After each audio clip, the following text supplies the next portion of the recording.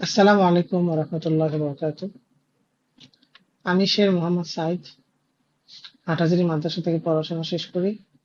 এরপর থেকে ঢাকায় একটা ছোট্ট মাদ্রাসায় শিক্ষকতা এবং পরিচালনার খেদমতের সাথে আছি। একটু পেছন থেকে শুরু করি। 2013 সালে যখন হেফাজতে ইসলামের আন্দোলন তীব্র থেকে তীব্রতর হচ্ছে এবং যেটা শেষ পর্যন্ত শাপলা চত্বরের বাংলাদেশের ইতিহাসের সবচাইতে বড় গণজমায়েতে পরিণত হয় এবং বাংলাদেশে হাসিনা এবং ইন্ডিয়া সরকারের যে ইস্টাবলিশমেন্ট, এই ইস্টাবলিশমেন্টকে সুতীব্র একটা ধাক্কা দিতে সক্ষম হয়। সেই আন্দোলনের সময় থেকেই আমরা হাটহাজারী মাদ্রাসার ছাত্রদের যে কোর নেতৃত্বে আমরা যারা ছিলাম, আমরা সেই সময় হাসিনা সরকারের গোয়েন্দা সংস্থাগুলোর লক্ষ্যবস্তুতে পরিণত হই এবং পরবর্তীতে 2015 সালে হাটহাজারী মাদ্রাসার সেই ছাত্র নেতৃত্বের প্রায় সকলকেই র্যাব একটি মিথ্যা এবং ফেব্রিকেটেড মামলাতে জড়িয়ে দেয়। আপনারা লক্ষ্য করে থাকবেন যে এই মামলার বরাত দিয়ে জনাব কদরুদ্দিন শিশির কয়েকদিন আগে একটি ফেসবুক স্ট্যাটাসে আমাকে জঙ্গি হিসেবে প্রমাণিত করার চেষ্টা করে এবং অত্যন্ত দুঃখজনকভাবে তার তথাকথিত এই ফ্যাক্ট চেকিং এবং তার এই ফেসবুক স্ট্যাটাস কোন রকম যাচাই বাছাই ছাড়াই বাংলাদেশে প্রথম আলো সমর্থিত বিভিন্ন নিউজ পোর্টাল ধারাবাহিকভাবে তা প্রচার করে আমার বিরুদ্ধে একটা প্রোপাগান্ডায় অংশ নেয়।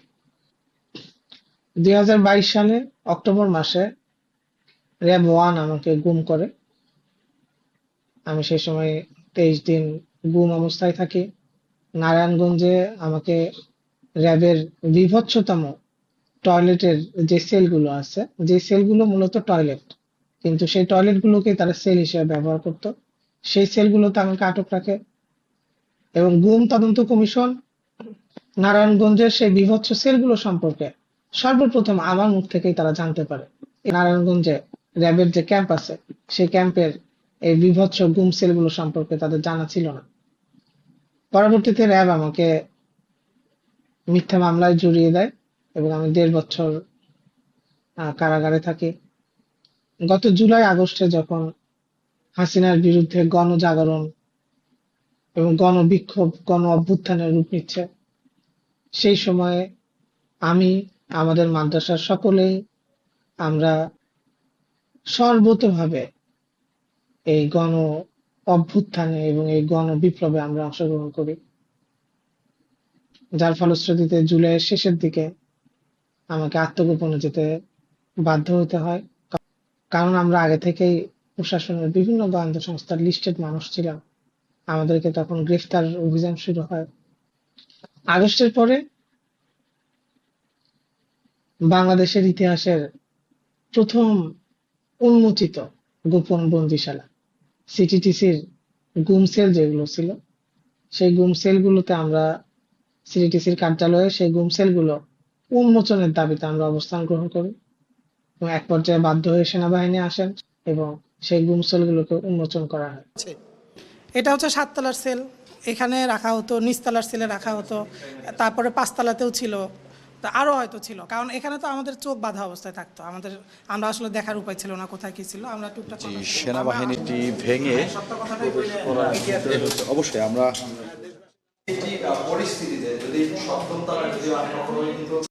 এটাই বাংলাদেশের প্রথম উন্মোচিত গোপন বন্দিশালা। সিটিটিসির সেই গোপন বন্দিশালাগুলো মিডিয়ায় প্রচারিত হয়েছে, সেগুলো ডকুমেন্টেড হয়েছে এবং সারা দেশের মানুষ সেই গোপন সেলগুলো দেখে আতঙ্কে শিউরে উঠেছে। এরপর ধারাবাহিকভাবে আমরা র্যাব 1-এ অবস্থান কর্মসূচি করি, আমরা র্যাব হেডকোয়ার্টার্সে অবস্থান কর্মসূচি করি, আমরা ধারাবাহিক 3 বার অবস্থান কর্মসূচি করি র্যাবের গোপন বন্দিশালাগুলো উন্মোচনের দাবিতে।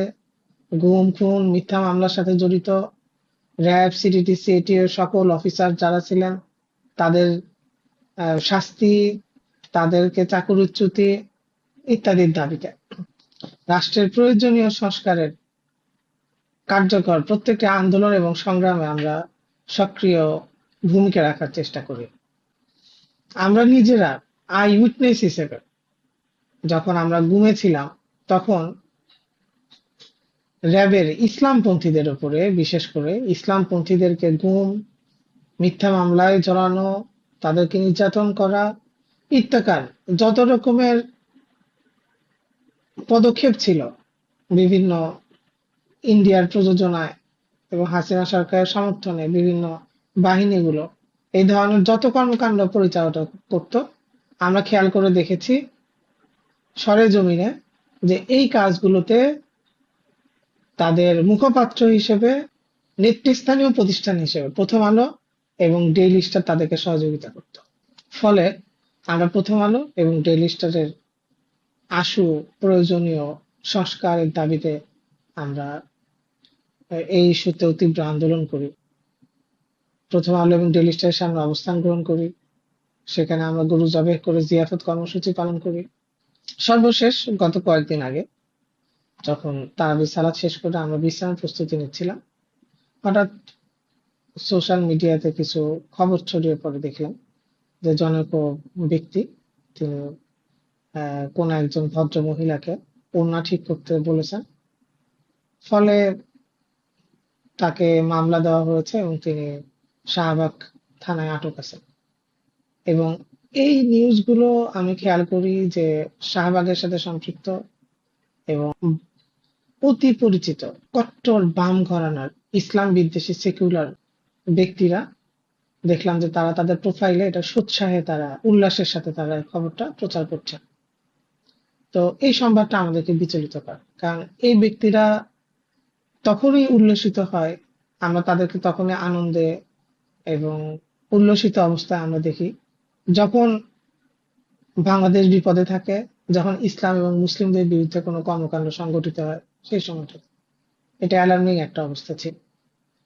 তো বিষয়টা দেখার জন্য তখনই আমি শাহবাগ থানায় যাই এবং শাহবাগ থানায় যে মামলার ইজাহারের যে কপিটা দেখি, লক্ষ্য করি, সেখানে দেখি যে এখানে মামলাটা যে দায়ের করা হয়েছে এই ভাষাতেই দায়ের করা হয়েছে যে সে ভদ্র মহিলাকে ওড়না ঠিক করতে তিনি বলেছিলেন, এবং এজাহারের সাথে তার যে ফেসবুক পোস্ট সেটার মধ্যে কিঞ্চিত পার্থক্য আছে। যাই হোক, তা আমরা থানার যারা দায়িত্বশীল ছিলেন তাদের সাথে এখানে ইতিমধ্যেই আহ, অনেক ধর্মপ্রাণ মানুষ এখানে সমবেত হয়েছিলেন, সবার উপস্থিতি এখানে ছিল স্বতঃস্ফূর্ত। আমরা থানার কর্তৃপক্ষ যারা ছিলেন তাদের সাথে আলাপ করি, এখানে ছাত্র নেতৃবৃন্দের যারা আসেন তাদের সাথে কথাবার্তা হয়, এখানে বিশ্ববিদ্যালয়ের প্রক্টোরিয়াল বডির শিক্ষকরা আসেন তাদের সাথেও আলাপ আলোচনা হয়, এবং এখানে সবার সম্মিলিত যে মতামতটা ছিল সেটা হচ্ছে যে বাস্তবিক অর্থেই এই লোকটার উপর, এই ব্যক্তির উপরে বাড়াবাড়ি হয়েছে। আমি উল্লেখ করছি পুনরায় যে এই ব্যক্তির সাথে আসলে কি কি হয়েছিল। তাকে প্রহার করা হয়েছিল, তার ফোন জব্দ করা হয়েছিল এবং তাকে বলপূর্বক তার কাছ থেকে জবানবন্দি, স্বীকারোক্তি এগুলো নেওয়া হয়েছিল। এরপর তো জামিন অযোগ্য ধারায় তাকে মামলাও দেওয়া হয়েছিল। এই বিষয়গুলো তার সাথে ঘটে।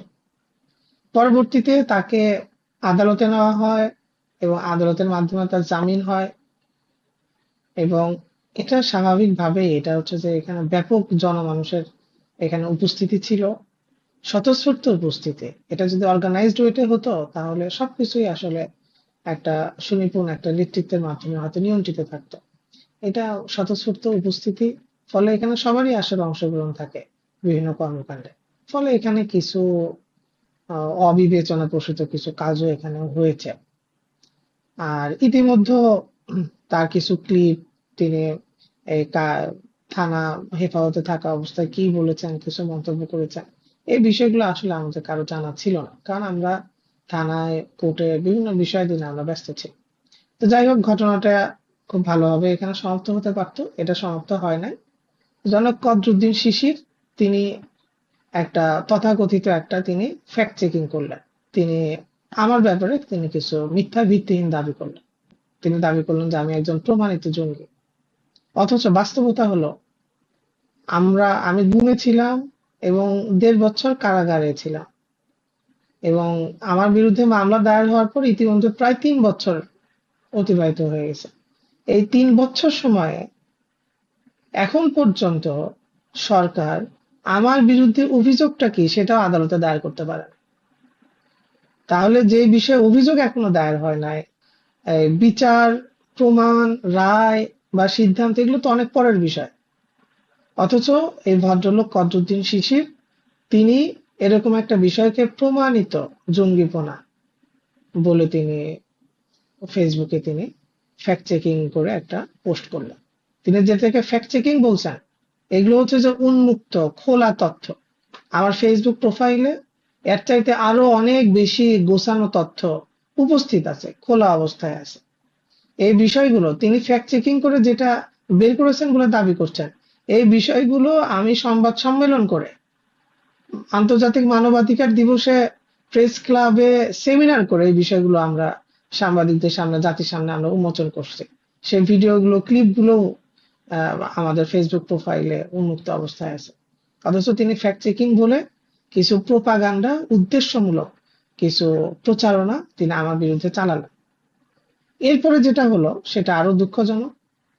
প্রথম আলো এবং ডেইলি স্টার এবং তাদের সমর্থিত যে নিউজ মিডিয়া প্রতিষ্ঠানগুলো আছে, আমি এবং আমার সহযোগীরা আমরা সবাই আসলে তাদের লক্ষ্যবস্তুতে পরিণত ছিলাম। তারা একটা প্রতিশোধ গ্রহণের জন্য তারা একটা সময়ের অপেক্ষা করছিল।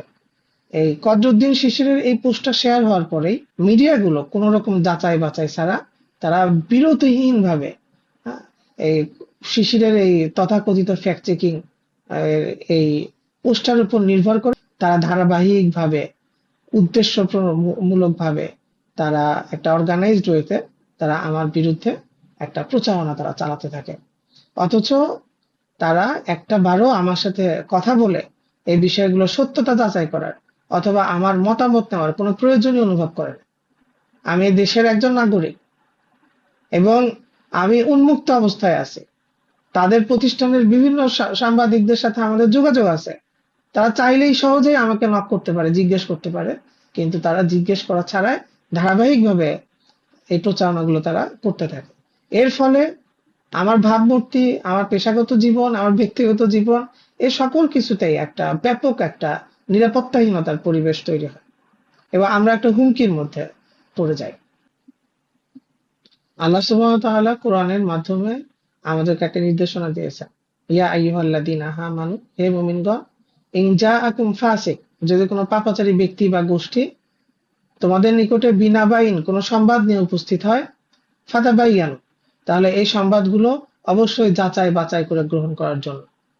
আন তুসিবু কওমান বিজাহালা, না হলে তাদের এই মিথ্যা প্রচারণার দ্বারা প্রভাবিত হয়ে আমরা এমন কোন পদক্ষেপ গ্রহণ করতে পারি যে পদক্ষেপের ফলে ফাতুসবিহু আলা মা ফাআলতুম নাদিমিন, পরবর্তীতে আমাদেরকে লজ্জিত হইতে হবে। দেশবাসীর সামনে এই বিষয়গুলো খোলাসা করা আমার দায়িত্ব বলে আমি মনে করেছি।